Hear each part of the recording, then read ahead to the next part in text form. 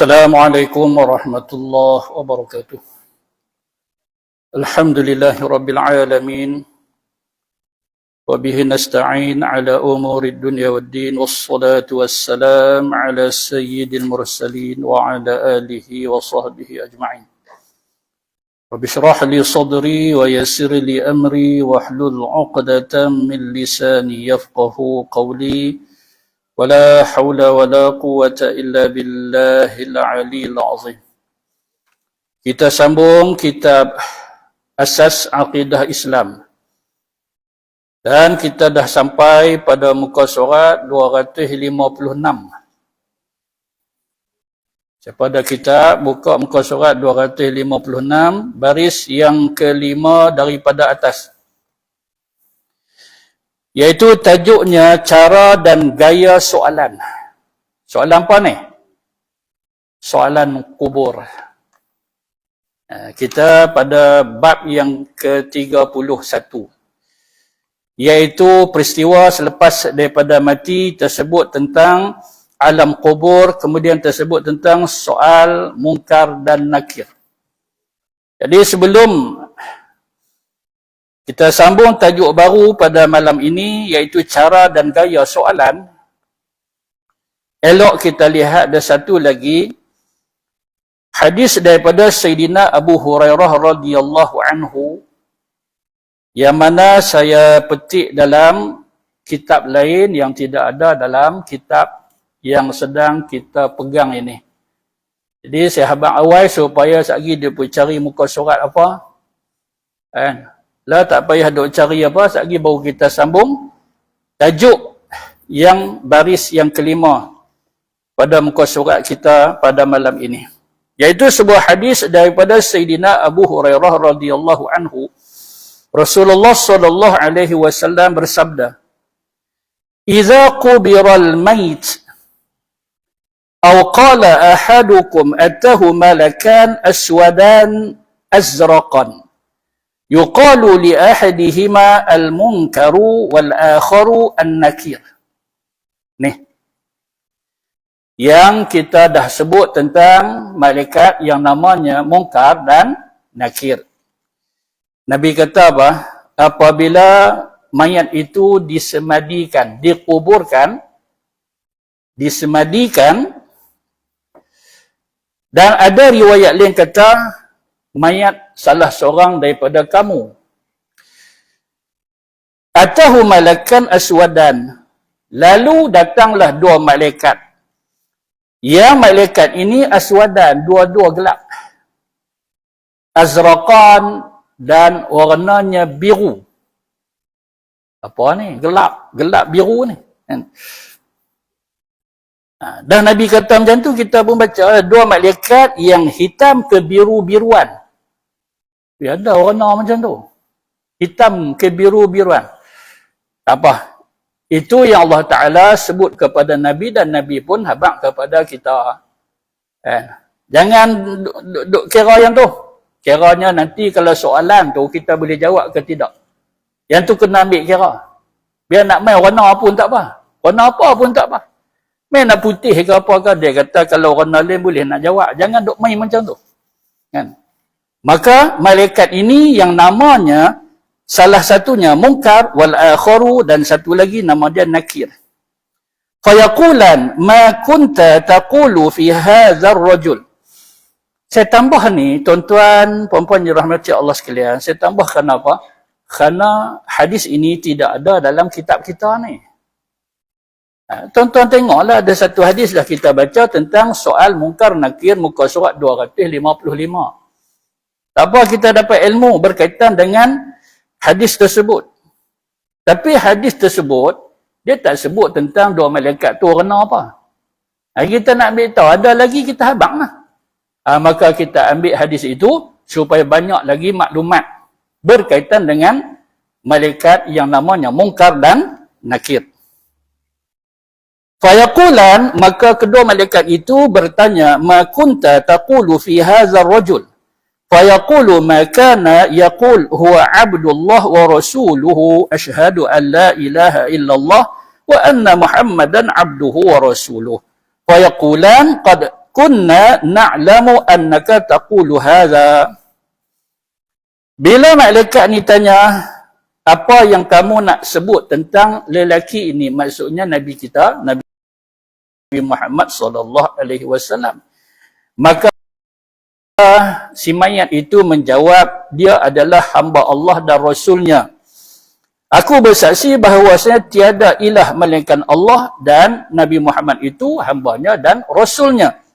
Maka kedua malaikat itu pun sebut kepada mayat yang menjawab tadi, qad kunna na'lamu, kami dah tahu, annaka taqulu hadza, kamu akan jawab dengan jawapan ini, kami dah tahu dah.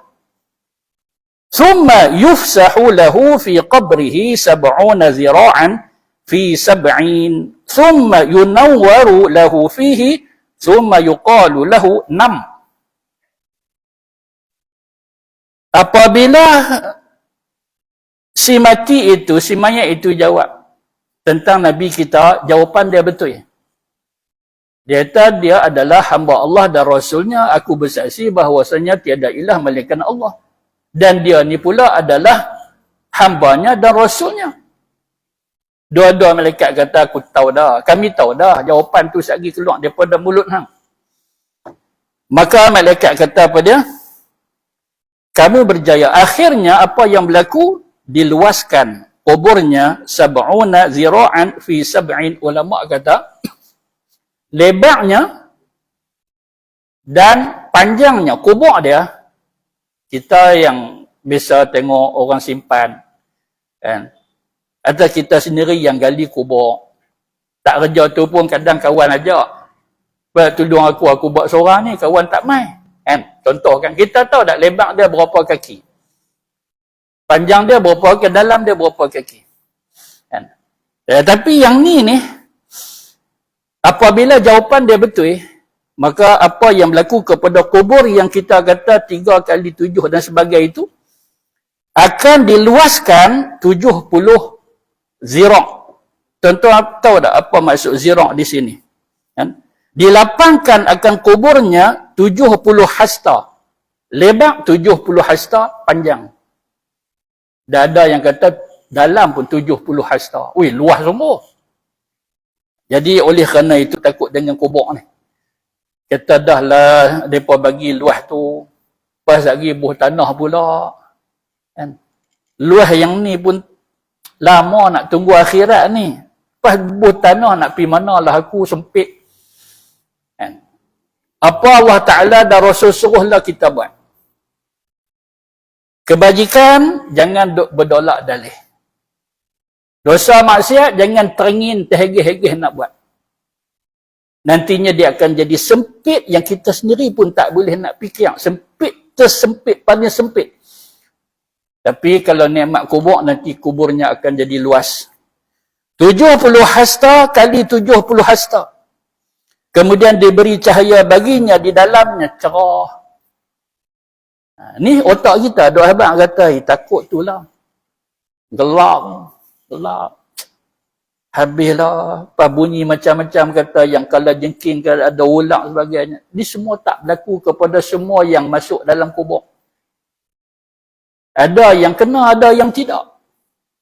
Ini contoh yang kita baca, kalangan yang selamat dalam kuburnya. Pada luah, kemudian pula cahaya Allah Ta'ala letak dalam kuburnya. Ini pun jangan duk guna logik akal pos. Tak boleh, ini alam akhirat. Alam depan kita pun banyak yang kita tak tahu. Tambah alam bukan alam dunia. Itu bukan alam dunia, itu alam barzakh, bukan alam dunia dah. Dia kata, kok mana lampu masuk ah? Tak nampak wayar masuk pun. Jangan duk perli macam tu. Tak duk merapu cakap macam tu. Maka kuburnya akan cerah. Kemudian dikatakan kepadanya, nya tu siapa? Si mati itu. Pasal jawab dia benar. Maka dikatakan kepadanya, nam. Yang berarti tidurlah engkau. Rehatlah engkau. Seronok tak? Ni kita mau. Hadis riwayat Imam Tirmizi 1071. Baik. Jadi tuan-tuan yang dirahmati Allah sekalian, Setelah mana kita dapat satu hadis yang melengkapkan hadis yang sebelum ini, iaitu tentang malaikat yang namanya Munkar dan Nakir. Kemudian kita lihat seterusnya cara dan gaya soalan. Kan? Tadi dah kita dapat satu dah. Dia tanya tentang apa dia ni, yang kamu nak kata apa tentang dia, iaitu Nabi kita.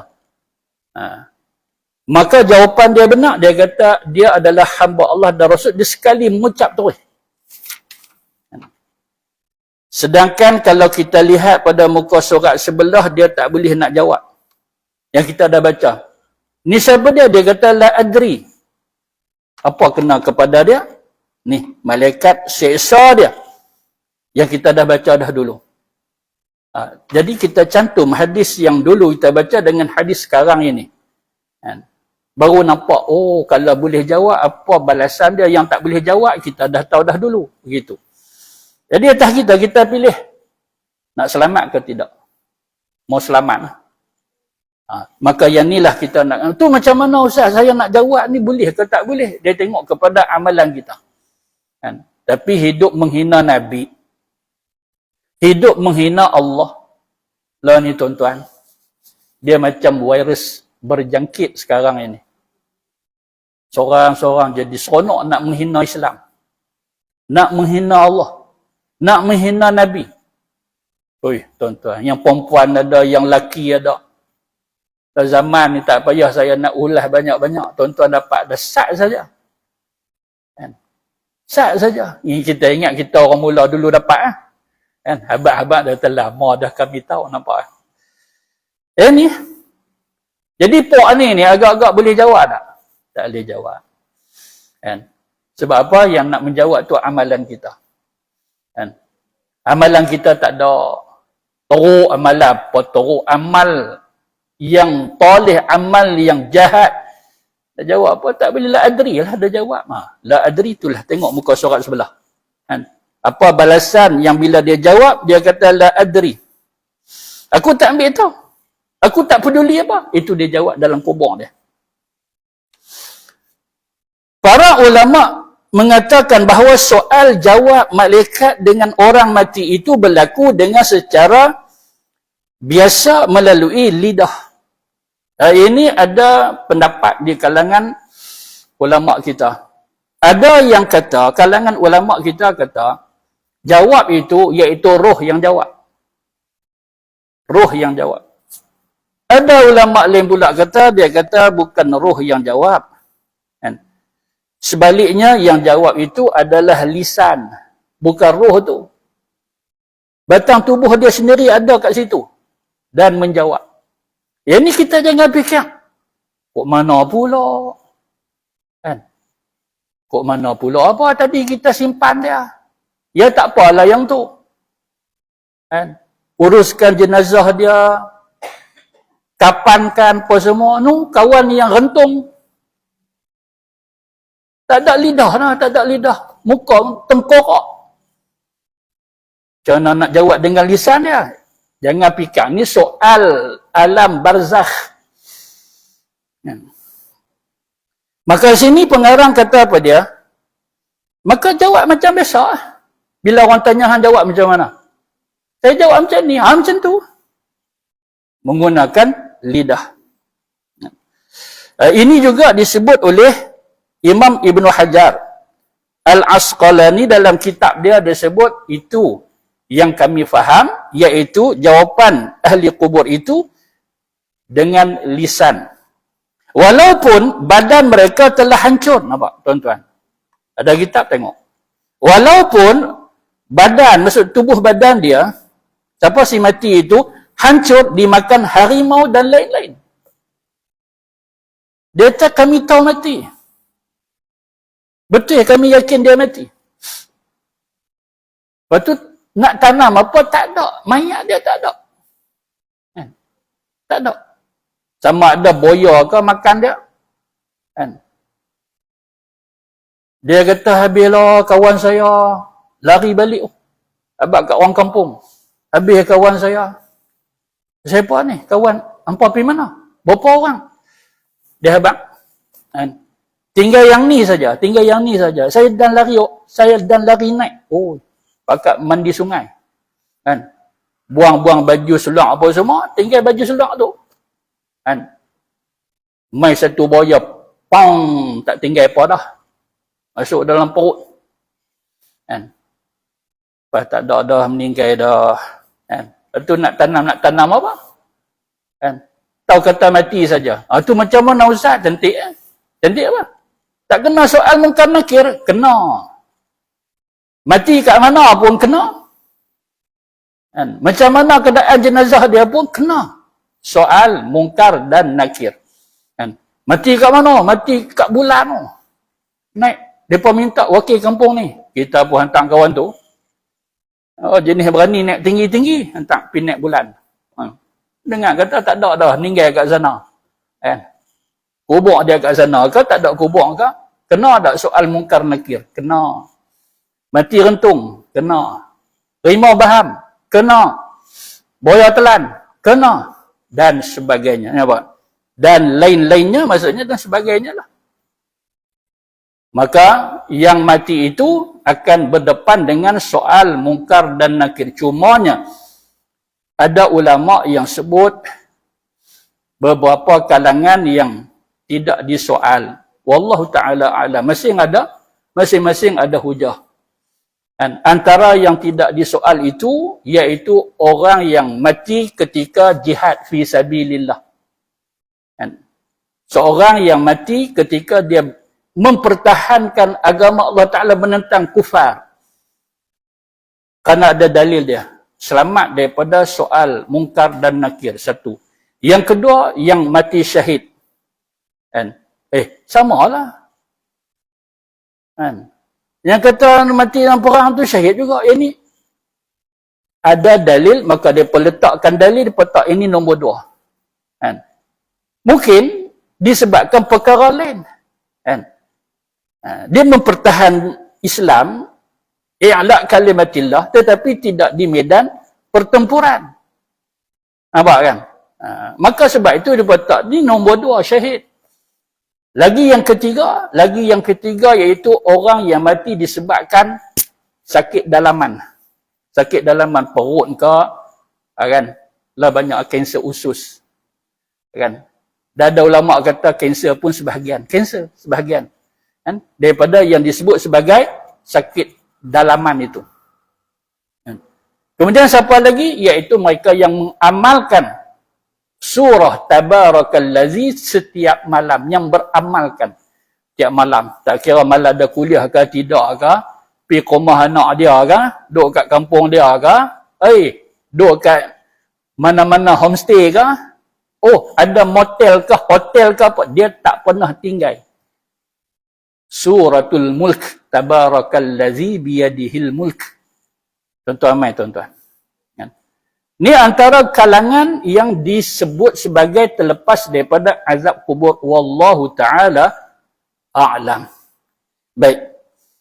Adapun yang selain mereka itu akan berdepan dengan soal kubur, dan ada juga ulama kata tidak termasuk para nabi dan rasul. Dan mereka juga tidak berdepan dengan soal al-malakain. Yang 2 malaikat hitam ke biruan. Hadis yang kita baca tak Ustaz. Baik. Gaya soalan itu ada 2 macam. Cara pertama iaitu lemah lembut bagi orang-orang mukmin dan taat. Tu nak takut apa? Pasal apa nak risau? Takutlah malaikat akan besar suara daripada darah. Kalau kita ni orang yang taat kepada Allah, orang yang betul-betul beriman, iman yang sejati ni, tidak fasik, tidak munafik ini, maka insya-Allah mereka mai pun dalam keadaan beradab. Elok, tenang, tanya, lembut-lembut. Macam kita lah pernah ditemu juga. Pernah orang tanya kita kan, ada yang kasar, ada yang lembut. Begitulah. Tak biasa ada pengalaman macam tu. Bagi salam pun lembut. Assalamualaikum. Nampak kan? Main yang nak marah ni bagi salam juga. Cara macam thinking kita. Ni nama apa? Nampak kan lembut. Begitu kan malaikat, begitulah. Dalam keadaan lemah lembut apabila mereka bertanya, man rabbuka? Kalau yang tu dia teran suara dia, man rabbuka? Boleh pecah genggam telinga kita. Yang kedua dengan cara yang kasar bagi orang-orang kafir dan durhaka kepada Allah. Orang kafir, nampak tuan-tuan? Orang kafir pun berdepan dengan soal mungkar nakir. Ustaz kita saja ke? Nampak? Rasa macam nak tanya yang tu. Sudah ada jawapan di sini. Bukan kita sahaja. Orang fasik kena soal. Orang munafik kena soal. Orang Islam, tak kira keadaan Islam dia berapa persen dan sebagainya, kena soal. Orang kafir pun kena soal. Tu dia pun boleh jawab ke? Confirm tak boleh nak jawab kafir. Yang Islam ni pun bukan semua boleh jawab. Tadi yang kita dah baca dah. Bila tanya, la adri, saya tak tahu. Jenis mana kita nak? Kita nak yang tak sah kita baca. Bila ditanya, dia boleh jawab. Tuan-tuan yang dirahmati Allah sekalian. Maka sini juga saya rasa tidak menyentuh berkaitan dengan bahasa yang digunakan. Dan ini juga telah disebut di kalangan ulama. Bahasa apa digunakan dalam kubur? Jadi berdasar kepada hadis Nabi ni, kita tengok kat bawah ni ada beberapa soalan. Man rabbuka, man nabiyuka. Maka hujah yang kuat sekali iaitu penggunaan bahasa Arab dalam kubur. Perkara-perkara yang disoal itu ialah tentang kepercayaan, amalan-amalan dan penggunaan harta dunia dan sebagainya lah, seperti berikut. Seperti berikut. Iaitu yang pertama, man rabbuka? Man rabbuka? Iaitu siapakah Tuhan kamu? Dia tak kira siapa. Bila berdepan dengan soal mungkar nakir ni, kita semua sama saja di sisi Allah Ta'ala. Tak ada nak sebut apa, walaupun kita ada pangkat kedudukan tertentu, mati saja tak ada. Tak ada. Kalau dia pun nak buat batu nisan kat kita, buatlah. Kalau tak buat tu tidak ada kepentingan. Loh macam mana ni, tak ada batu nisan ke dia, lama dah ni kita simpan dia. Dosa ke kita? Tak. Batu nisan ni dia bukan perkara agama. Cuma letak tu untuk apa? Untuk kita nak tahu sahaja. Kat mana kita baca pun sampai insya-Allah, niat ke dia sampai. Dan kalau kita mai ke tepi batu nisan tu pun sambil baca sambil peluk batu nisan, bukan tak sampai juga. Kalau di Arab Saudi memang mereka tak abuh. Biasa aja. Kalau nak letak pun tak ketul batu macam tu saja. Tapi belah kita ni cantik. Tanya-tanya ni berapa sepasang ni. Oh, dia kata paling mahal. Sekalian kubur sini paling mahal. Sampai nak berbangga-bangga. Kepuk dan sebagainya, kepuk kan. Tujuan kalau kita letak kepuk tu kerana nak tahan tanah, takut dia runtuh sebagainya, tu tak ada masalah.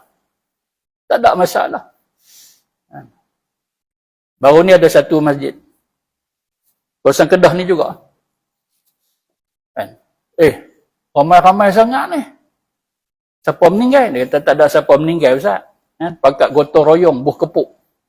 Belah sana, bukan belah sini, belah sana. Siapa belah sana sini, tak belah sini. Dia kata belah sana tanah runtuh. Tak apa. Sebab tanah runtuh. Alasan mereka ada. Tapi kalau kena apa? Kena tak boleh lah. Kita duit banyak, tak boleh. Tak boleh. Dia jadi dosa balik ke situ. Saya ada binaan di atas kubur. Termasuk hadis yang Nabi larang. Jadi tuan-tuan yang rahmati Allah sekalian, dasar kepada hadis Nabi ini, maka ada soalan-soalan yang akan ditanyakan dalam kubur. Iaitu tentang man rabbuka. Yang kita dah sebut tadi, tak ada nak sebut nama kawan tu tak ada. Dia terus tanya macam tu saja. Man rabbuka? Siapa Tuhan kamu? Sama dia yang mati tu dia raja ke, menteri ke, jutawan dan sebagainya, tak ada hormat apa kat situ. Tanya serupa juga. Kubur sebelah pun serupa, kubur depan, kubur belakang, sama soalan. Tak ada dia main-main, ini tuan boleh tak saya nak, pergi duk minta tanya pula boleh ke tak boleh, tak ada. Kan? Begitu. Bila ditanya saja, dia boleh jawab selamat. Tengok soalan yang kedua pula. Kan? Tapi kalau dia tak boleh menjawab, dia tak kira siapa malaikat ni. Malaikat yang tak siap kita baca hadis tu, hitam ke biru-biruan, dia tak kira siapa, raja pun dia tibai. Pasal apa? Saya akan ada daulat. Daulat apa? Ni barzakh. Jangan duk buat nyanyuk, ni barzakh. Piak bagi ke dia. Tuan-tuan. Man rabbuka, siapakah Tuhan kamu? Man nabiyuka, madinuka, apakah agama kamu? Ada peleceh agama boleh jawab ke? Tak ada lah tuan-tuan. Dihina Allah Ta'ala boleh jawab ke? Tak boleh jawab lah tuan-tuan. Ma taqulu fi hadha ar-rajul allazi bu'isa fikum? Apakah engkau katakan tentang lelaki ini yang diutuskan kepada kamu, iaitu Nabi kita lah. Nabi Muhammad sallallahu alaihi wasallam. Mulut dia keluh. Atau dia jawab macam hadis yang kita dah baca, la adri, saya tak tahu. Tak tahu, tak kenal pun. Saya tak ambil berat pun. Lantak pergi ke dia, dia sambung ayat macam tu sakit. Kan? Penting sangat ke duk tanya tentang dia? Boleh lah. Yang keempat, ma ilmuka, apakah pengetahuan kamu? Apa yang kamu tahu? Ni semua ni soalan-soalan ni, sebenarnya soalan-soalan ni dia bukan semudah kita nak hafal lah ni. Ustaz, terima kasih Ustaz. Saya tadi rasa macam tak apa nak mai. Pasal kenduri banyak hari ni Ustaz. Kan? Pasal satu-satu rasa macam tak ada tenaga lah nak mai kuliah. Tapi alhamdulillah lah. Gagah-gagah juga mai dapat ni pula soalan bocong Ustaz. Terima kasih Ustaz. Malam ni saya nak apai. Saya rasa macam dia bukan jadi senang nak mengapai. Kalau kata mengapai nanti masuk dalam boleh dok jawab macam tu. Tak ada, jangan dok mampu macam tu. Kan? Ni iman kita akan menjawab, amalan kita akan menjawab. Kan? Hang hafal lumat ni sekalipun masuk dia keluh lidah. Kan? Jadi ulama kata berdasar kepada hadis ini yang Nabi sebut ni bahasa Arab, kan? Maka ulama-ulama kita ramai yang berpendapat bahawasanya bahasa yang digunakan adalah bahasa Arab. Kan? Ada yang kata bahasa Arab ni untuk orang Islam. Adapun orang kafir tidak menggunakan bahasa Arab, mereka guna bahasa Parsi, bahasa Iran. Dengar kau orang Iran marah. Bahasa aku guna, tanya orang kafir guna bahasa aku. Ada yang kata menggunakan bahasa Suryani. Kan? Ulama yang kata tak boleh. Kan? Kami tak apa setuju sebab apa? Suryani ni bahasa orang Nasara, orang Kristian. Kan? Maka ada pendapat yang macam tu. Ada pendapat yang kata bahawasanya soalan, walaupun Nabi sebut dengan bahasa Arab, tetapi bila duduk dalam kubur, akan ditanya berdasar kepada bahasa apa yang dia faham. Ni pun ada pendapat di kalangan ulama. Kan? Lah kita reti tak bahasa Farsi? Tak tahu. Mana tahu Ustaz? Ustaz salah sebut. Apa yang salah sebut? Ustaz kata apa tak Ustaz? Bahasa apa? Bahasa Parsi. Bukan tu Ustaz silap sebut. Pepsi pula. Yang tu minuman Pepsi, siapa kata, orang tak kata pun tak sah. Maka bahasa yang digunakan, ada pendapat yang kata bahasa yang dia faham. Kita tahu tak bahasa Parsi? Tak tahu. Bahasa Arab, anak hantar boleh. Lain tak tahu. Kan? Tak apa. Tu duk sembang bahasa apa? Guna bahasa Kedah. Maka hang reti bahasa Kedah, nanti soalan nanti dia akan timbul dengan bahasa Kedah. Dia begitu saja. Itu pun ada pendapat di kalangan ulama. Cumanya yang agak kuat sikit iaitu penggunaan bahasa Arab. Walaupun kita tak pernah mengaji Arab. Oh, dia kata kena belajar bahasa Arab pula. Dia kata boleh ke tak boleh ni? Umur dah berapa dah? Dia tanya anak dia, susah dah bahasa Arab? Dia kata susah mak. Oh, nanya nak mati dah ni. 20 banyak bahasa dah kan. Tiba-tiba kita boleh menjawab dalam bahasa Arab. Kalau orang yang mahir, tak usah katalah kita nak belajar bahasa orang Arab sendiri. Kalau mereka menghina Allah, ingat tak ada kan? Oi, jangan dok kata mereka muliakan Allah. Ustaz, mereka orang Arab. Kalau orang Arab kan muliakan Allah dan Rasul, takkanlah jadi macam Abu Lahab, Abu Jahal. Mereka ni mahir dalam bahasa Arab. Kan? Walaupun mereka ni memang tu bahasa ibunda mereka, bahasa Arab itu. Tapi tak masuk Islam. Atau mereka menentang Islam. Boleh jawab ke? Oh, bahasa mereka sini tak boleh juga. Gitu. Bagi orang-orang mukmin dan taat akan dapat menjawab segala soalan itu. Dengan senang dan betul. Mudah saja.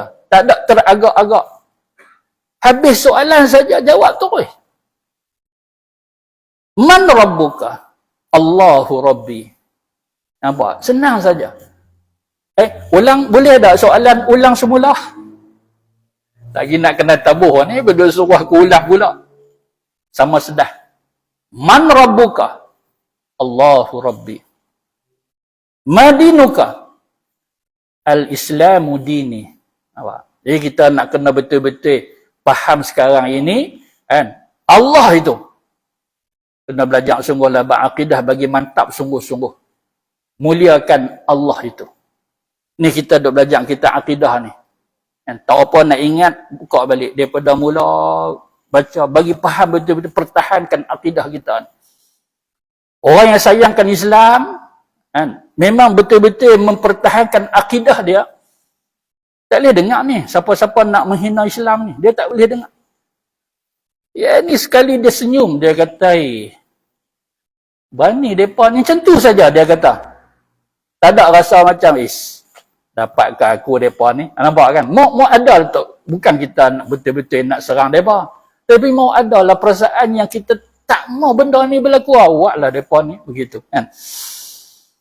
Maka bagi orang yang taat kepada Allah Ta'ala, walaupun mereka ni tak mengaji jauh, mengaji sikit-sikit, tak berapa boleh nak pergi mengaji banyak macam hampa. Terhad kewangan keluarga pun susah. Ngaji pun sakat sekolah rendah, darjah 6 patas sambung lah. Tak boleh sambung dah sekolah menengah. Kan? Bah kebetulan pula ayah tak sihat, pas ayah meninggal, tinggal dengan mak pun kerja kampung macam tu. Kan? Tapi tak apa, dia taat kepada mak dia, kerja apa yang mak dia suruh, kerja-kerja kampung macam tu je. Kan? Masuk hutan pergi carilah apa yang boleh dijual kat market. Kan? Tapi kena hati-hati jugalah. Kan? Jangan duk redah-redah tanah orang pergi duk ambil sayung orang, tak boleh lah. Kan? Tapi kata ni hutan ni tak ada siapa. Kan? Tak ada masalah apa, insya-Allah dia tumbuh sendiri, tak ada siapa pergi duk cucuk tanam situ.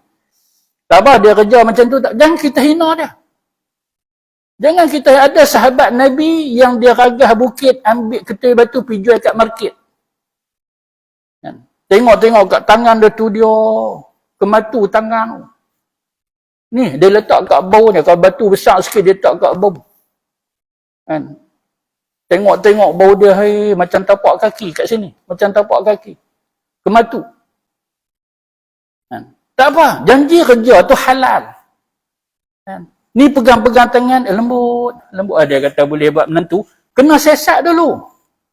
Kerja apa kawan ni tangan lembut ni? Kan? Ni Assalamualaikum, saya kerja duk kutip batu jual kat market. Terima tak saya sebagai menentu? Oh, pantang keluarga kami. Kan? Awak kerja halal, terima lah.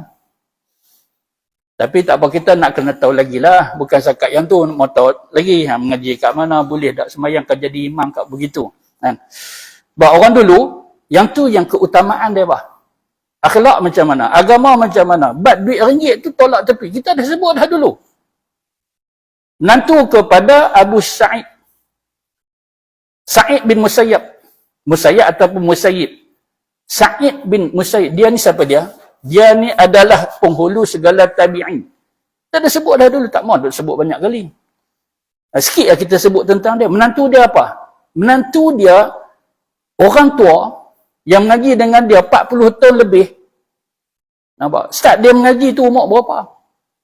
Dia tu sendiri mengaku. Dia kata, aku mengaji dengan Tok Guru aku 40 tahun. Lepas tu kalau kata dia main umur 15, tak 55. Kita buat contoh macam tu je lah. Kan? Masa jadi menantu dia. Kahwin dengan anak dara dia yang cantik, hafal Quran, hafal hadis, muda belia. Muda belia. Orang dulu kan kahwin awal orang dulu. 17, 18. Kita agak-agak boleh lepas tak? Anak kita yang 17 kahwin dengan 55. Agak lepas tak? Tak bagi. Lagi dia kata apa? Dekat Sa'id bin Musayyib dia kata apa? Dia kata, siapa nak terima saya sebagai menantu, saya hanya ada 2-3 ringgit. Weh, kita lagi tak mau. Dah lah hang tua. 2-3 ringgit kat poket. Apa tuan-tuan? Orang dulu orang tak kira bab-bab harta yang banyak, handsome tak apa. Ada agama tak? Kefahaman agama macam mana? Itu pilihan dia. Manakala orang-orang kafir dan durhaka tidak akan dapat menjawab segala persoalan atau soalan-soalan dalam kubur itu dengan betul dan tepat. Boleh ada reka-reka macam tu. Ada yang kata, saya tak tahu. Ni semua tidak selamat. Jadi tuan-tuan yang dirahmati Allah sekalian. Maka sedialah kita sentiasa. Jangan duk tangguh, jangan duk lewat-lewat, nak perbetulkan diri kita, tobat daripada sekarang ini. Yang duk kata terlambat dah Ustaz, ada keharapan dah. Masih pintu tobat terbuka. Kan? Masih duk hidup, masih sihat dan sebagainya, tidaklah nyawa kita kat sini, insya-Allah. Kan? Peluang untuk kita diterima oleh Allah Ta'ala dengan selamat dan insya-Allah selamat dalam kubur, memang ada peluang dia. Kan? Begitu tuan-tuan. Jadi, faham kita bahawasanya cara dan gaya soalan begitu, sama ada dengan suara yang lembut atau suara yang kasar. Beberapa jenis soalan, ada yang disebut, siapakah saudara kamu dan sebagainya, berdasarkan kepada beberapa riwayat. Siapakah saudara kamu? Kalau kita tak ambil penting, tak ambil hirau tentang saudara kita, sama ada dalam negeri ke luar negeri, doa sikit pun tak. Letak pergi ke depa.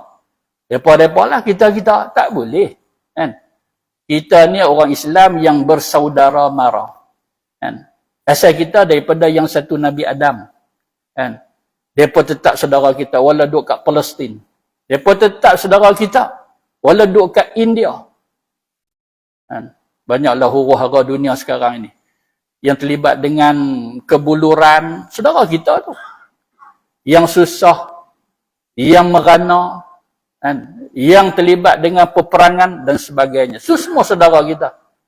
Sekurangnya angkat tanganlah doa, ya Allah, selamatkan mereka, ya Allah. Ini doa langsung. Dan tak habis ke mereka. Masing-masing jaga diri sudah. Nanti bila ditanya, siapakah saudara kamu? Boleh jawab ke? Kan? Tak ada. Mereka-mereka kita-kita. Begitulah, nanti tidak selamat dengan soalan tersebut. Kita nak apa dia? Berapa soalan yang akan diajukan, kita nak semua selamat kita menjawab. Bismillahirrahmanirrahim. La yadurru ma'asmi